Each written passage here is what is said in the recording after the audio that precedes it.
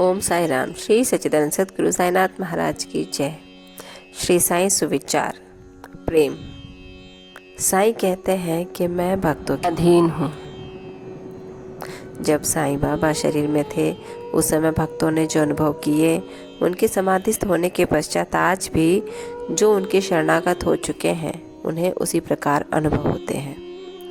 भक्तों को तो केवल इतना ही यथेष्ट है कि यदि वे अपने हृदय को भक्ति और विश्वास का दीपक बनाकर उसमें प्रेम की ज्योति प्रज्वलित करें तो ज्ञान ज्योति अर्थात आत्म साक्षात्कार स्वयं प्रकाशित हो उठेगी। प्रेम के अभाव में शुष्क ज्ञान व्यर्थ है। ऐसा ज्ञान किसी को भी लाभप्रद नहीं हो सकता। प्रेम के अभाव में संतोष नहीं होता।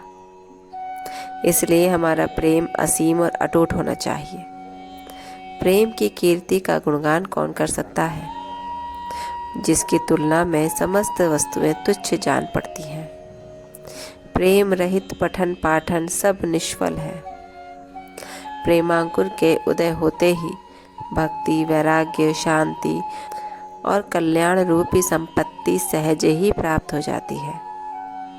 जब तक किसी वस्तु के लिए प्रेम उत्पन्न नहीं होता तब तक उसे प्राप्त करने की भावना ही उत्पन्न नहीं होती। इसलिए जहाँ व्याकुलता और प्रेम है वहाँ भगवान स्वयं प्रकट हो जाते हैं। भाव में ही प्रेम अंतर्निहित है और वही मोक्ष का कारणीभूत है। यदि कोई व्यक्ति कलुषित भाव से भी किसी सच्चे संत के चरण पकड़ ले तो भी यह निश्चित है कि वो अवश्य तर जाएगा। अर्थात साईं कहते हैं कि प्रेम से बढ़कर कुछ नहीं। जहाँ प्रेम है वहाँ सहज ही सब कुछ मिल जाता है। प्रेम उत्पन्न करता है हमारे अंदर अपने भावों को। हमारे भाव अपने आप सच्चे, शीतल और शांत होते हैं,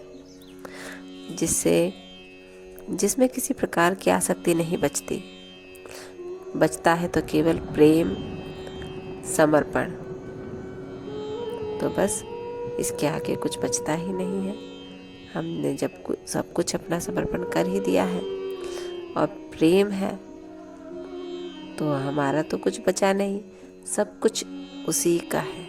उसके बाद वही हमारे करता धरता, वही हमारे पालनहार हो जाते हैं। इसी के साथ ओम साई राम। बाबा आप सब पर कृपा रखें, आपको आशीर्वाद दें और कष्टों से दूर रखें। ओम साई राम।